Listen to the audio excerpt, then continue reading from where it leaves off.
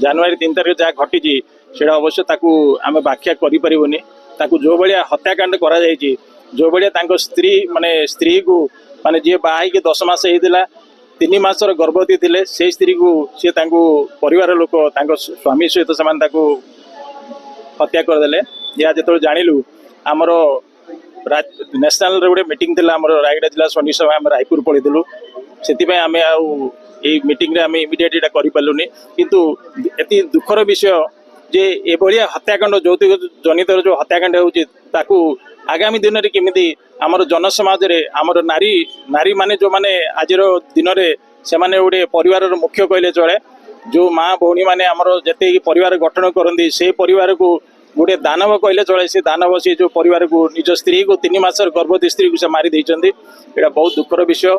यही निमंते आम जिला सैनिक सेवा संघ तरफ आज आम रायगड़ा रैली करचु। यही कैंडल सहायता जोड़ा आमर हेबो आम प्राय खाली आमर सैनिक संघ नुह आम रायगड़ा प्रतिष्ठित व्यक्ति माने या सहित आमर गायत्री परिवार एवं आमर Saipriya walkers club Saipriya ladies walkers club आमर हनुमान टेम्पल अमलाबेटा एवं आमर रायगड़ार अन्य प्रियदर्शिनी हुईका गायत्री परिवार आसी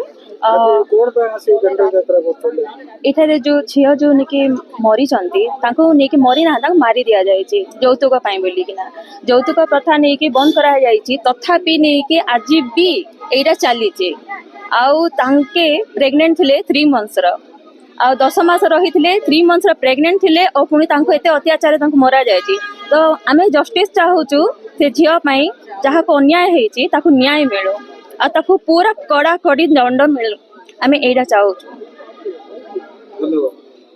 रचना वो लड़की जो कि 4 महीने की प्रेग्नेंट थी, पहले तो उसे मना कर दिया गया कि नहीं करेंगे करके, दोबारा जब उसके साथ शादी करने के बाद ऐसा अत्याचार, वो माँ जो सास है वो भी तो एक औरत ही है ना, उनको ऐसा क्यों नहीं समझ में आता है कि अरे हम भी तो उसी परिस्थिति से गुजर के आए हैं, वो भी एक लड़की है जो हमारे घर आई है।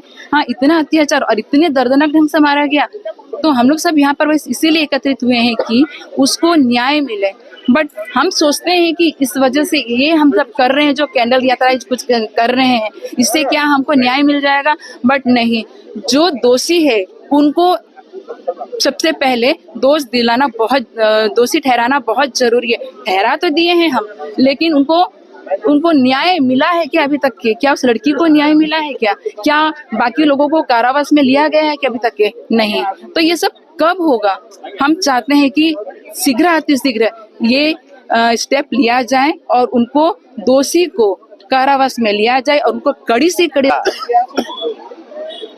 जागुगुड़ा ग्राम ब्लॉक को बंधुगा डिस्ट्रिक्ट कोरापुट से झील बाहला सिमिलगुड़ा ब्लॉक ग्राम बेहरागुड़ा से अनिल चौधरी को गत मार्च 26 तारिख में बाहा करते, किंतु तांकु यौतुक डिमांड नहीं करी तांकु सबुबले निर्यातना देई तांकु फेरे आउ 3 लाख कि 4 लाख मागुले, से दे न पारिबारु तांकु सबुदिन तांकु निर्यातना करी तांकु हत्या करथिले, तांकर सपरिवार मिसी हत्या करथिले। तार विरोध रे आमे समस्ते न्याय दाबी करिया पय एठी आम सुंडी समाज सहित अन्य समाज बंधु समस्ते एकत्रित होई तांको प्रति तांकर आत्मा को जमती शांति मिलिबो से उद्देश्य रे आमे भगवान प्रार्थना करचु। आउ आम सहित जोड़ी होती साइप्रिया वर्कर्स क्लब प्रेसिडेंट एवं